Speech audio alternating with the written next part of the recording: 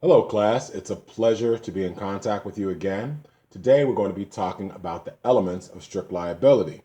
Uh, and before I get too much into that, I'll let you know that the rule basically is the 6 points that I have here displayed, which I'll go over shortly. But in addition, I want to go back over some of the things that we've learned so far. So, product liability is a sub branch of torts, and we've talked about two theories of product liability. One is the negligence theory that we went over in the most recent posted segment. And then prior to that, we looked at fraud as one of the intentional torts that can produce a defect. Strict liability operates differently. I mentioned in when we were talking about negligence that, you know, as we'll talk about when we talk about proving a defective condition, the case in a product liability case can become very complicated when we get to the issues of proof, because we know that you have to have causation in order for your duty, breach, causation, damages rubric to fit the case, in whichever case you're trying to make that product liability allegation under negligence will need to prove that defective condition is a result of negligence. That can prove very complicated. We'll get to that in a bit. Strict liability does away with some of that, and it's an attempt over the course of the last 50 to 100 years to create a product liability system that would respond to the realities of mass production, right? And I think I mentioned, in a world where people bought their products directly from the maker and there was very limited mass production, the complications of product liability were fewer, right? But in the modern world, you there's nothing in your house probably, or very little in your house or in your home that was produced by someone that you know, right? Most of the things that you collect are produced far afield, and there are a million ways that things can go wrong. That's what strict liability is intended to address, some of the gaps that might otherwise keep those people who should recover from recovering. Because remember, the purpose of tort law is to apportion the cost of any activity to the party who should pay for it.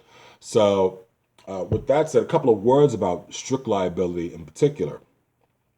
It has as a rationale sort of a very different rationale or from negligence in a way. I mean, negligence is trying to make sure that people take care, right? Strict liability is absolute liability, which means that we are applying the liability. We're not caring about what does it mean when we say we don't care whether they took care. We do care if they were not careful and it results in a defective product. What we don't care about is proving that that lack of care is what resulted in the defect. So the rationale for strict liability is a little bit different. It it's it is that consumers should be protected as a group from defective products, right? And that manufacturers and distributors can't escape liability for faulty products just because they don't have privy of contract. We saw how that evolved in the negligence portion, that evolved within negligence, and it sort of spread out into the as an underlying rationale for strict liability. And the people who are in this chain, again, products which are sold by a maker or a seller or a lessor, right, which are defective and cause injury, right, will result in product liability for that maker, lessor, or seller, known as a merchant, right? Um, these parties are in a much better position to absorb the cost of improperly made products than anyone who's a consumer, generally speaking. Um, so it makes sense from a policy standpoint to to apportion the risk of a defective product causing harm to the party who can best avoid that harm. And then we don't worry if the requirements of strict liability are met. We don't worry about how the product specifically became defective, particularly if it's a manufacturing defect. And a design defect, there's a little bit of a wrinkle there, but I'll get to that in a bit. So the list that I showed you earlier, the elements of strict liability, I'll pop that up in a second again. I'll go through the 6. There are 6 factors, each of which must be met. All of these things have to be there in order for there to be strict liability. Strict liability keeps us from having to go to bother with some of the other proofs that we might have to come up with if it were negligence or what have you. First condition, the product must be in a capital D, capital C defective condition when the defendant sold the product. Say that again. The product has to be damaged or improperly designed or whatever it is at the point that it leaves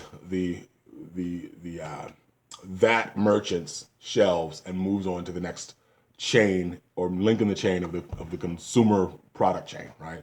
So the manufacturer sells to the wholesaler who then sells to the retailer, who sells to the consumer, who shares with other end users, right?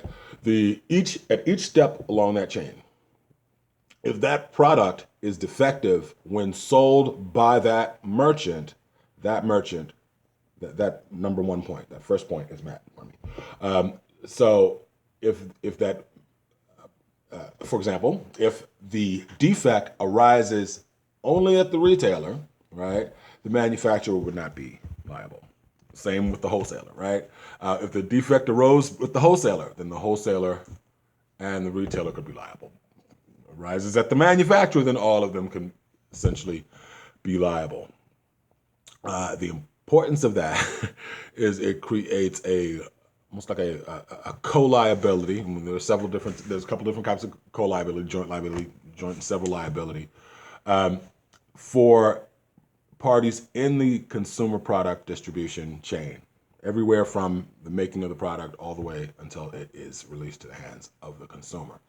If that consumer resells that product, right, then that consumer, even if that product is defective, would not be eligible for strict liability because the defendant must normally be in the position of selling that type of good. So you got number 1 is that the product must be in defective condition when sold. Number 2 is the defendant must be in the business of selling or making or whatever it is that he's doing to the market that particular type of good, right? Otherwise, that requirement isn't met, right? And in the case of a consumer who then buys the product and fails to double check and make sure that it's not defective and then sells it, say, in a yard sale, it's not strict liability that selling end user would be eligible for because they're not in the business normally of making or selling that good, right? Third one, the defective condition causes the product to be unreasonably dangerous. The defective condition has to be the reason that the product is dangerous. And you can kind of see how this kind of flows back to negligence and to the fraud. It sounds in both of those. Defective condition is something that has to be established. It's established in slightly different ways. Here, we need to, for example, right, let's say that it's miswiring, right, and inside of an S-box, all right, and it causes the Xbox to be more susceptible to fires, all right, and the risk of a fire defeats my expectation for what I would do with that Xbox on a general. I wouldn't expect it to catch on fire. It's not a toaster. It's not an oven, right? That Xbox is unreasonably dangerous. This is no I'm not maligning Xbox. I'm sure it's a great product. I've actually never played one since I'm a PlayStation 4 fan. So the defective condition has to cause that good to be unreasonably dangerous. Next, generally, there's a requirement for physical harm. The fourth one is that plaintiff suffers physical harm or property damage. And that's in some states will only permit physical harm. I believe that the most of the states, or the balance of the states, actually permit physical harm or property damage to be eligible for strict liability. If you're in a jurisdiction that doesn't permit you to recover for physical harm, then obviously you would simply jump to negligence, right? But again, same issue with you're basically changing what you have to prove in a way, right? Fifth, the defective condition is the proximate cause of the injury. The defective condition itself. So the product has to be dangerous. They have to suffer physical harm, and the defect itself has to be the thing that causes it. If it's some other cause, it will not be eligible for strict liability. And finally, no substantive changes from the time of sale, right, until the time of injury, all right? If I take that product and I substantially change it, I go into the Xbox and I rewire it because I want to do funkier things with it than are generally, permitted. I want to, ramp up my game. So I go in, I rewire it, and then it has a problem, even if that problem wasn't caused by what I did, right? Because if the change is substantial, right? Let's say I fiddled with the wiring, but their wiring messed up, right? I fiddled with the wiring at all, right? That's a substantial change in relation to what went wrong. I'm not going to be able to recover even if it's their fault. All right. So that is the basics of strict liability theory. Now, think about this prompt, all right, and answer below. I look forward to hearing your responses.